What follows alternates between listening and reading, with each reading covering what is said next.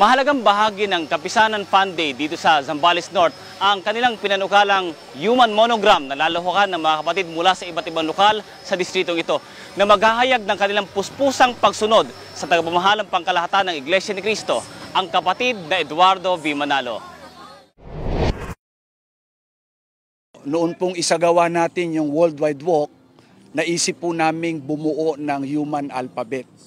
Sa awa ng Panginoong Diyos, sa pangunguna po ng ilang mga inhenyero, tsaka mga kapatid nating arkitekto, tsaka yung mga may tungkulin po sa distrito, nabuo yung plano.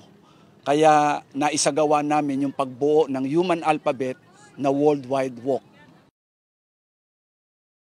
Compare po doon sa Worldwide Walk na aming ginawa, medyo mas mahirap po ito dahil hindi po siya simpleng drawing. Marami pong layout ang kailangan, kaya medyo challenging po ito pagdating sa amin.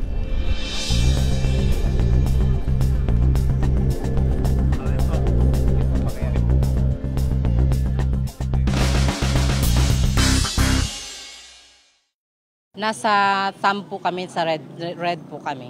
Kami po yung bumuo dun po sa thumb, kami po yung color white.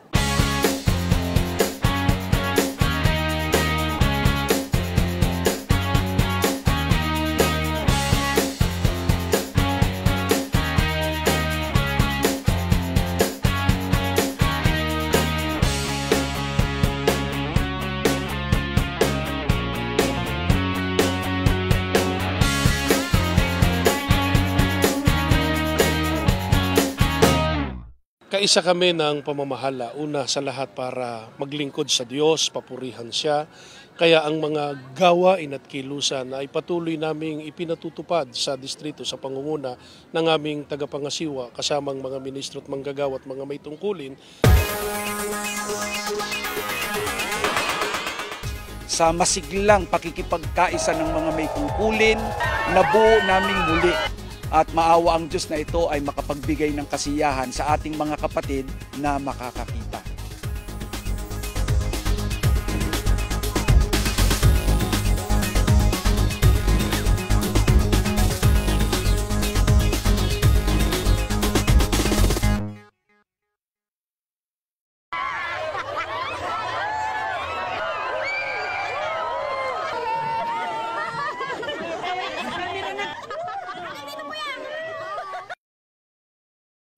Nung kinukunan po ng drone ng INCTV, yung isinasagawa ho nating pagbuo ng thumb mark, napakasaya ho namin, nakikita ho namin yung pinaka-output.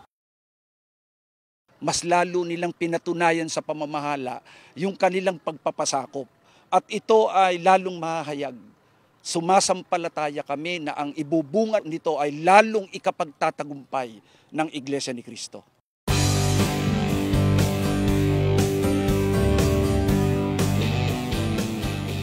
Nakita po namin yung drone shots, masayang-masaya po kami kasi naging part po kami ng ginawa aktibidad ng district. Masayang-masaya po kami at napagtagumpay namin ang gawa nito. Masaya po at saka proud na proud po. Masayang-masaya po kami, gumising kami ng masaya at uuwi kami ng masaya.